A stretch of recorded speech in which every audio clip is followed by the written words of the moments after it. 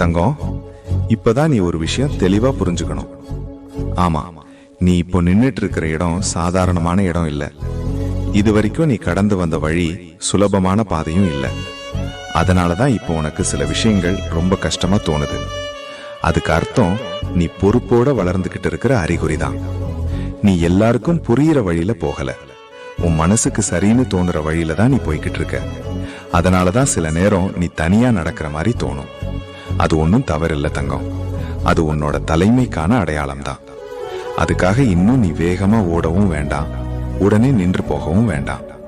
இப்படியே உன் வேகத்துல நீ தொடர்ந்து பயணம் செய். நீ போகிற திசை சரிதான்.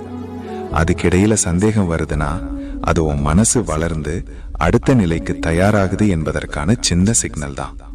அதனால நீ நிம்மதியா இருத்தங்கம். உன் அப்பா உன்னை சரியான பாதையில தான் கூப்பிட்டு போறேன். Download ShareChat.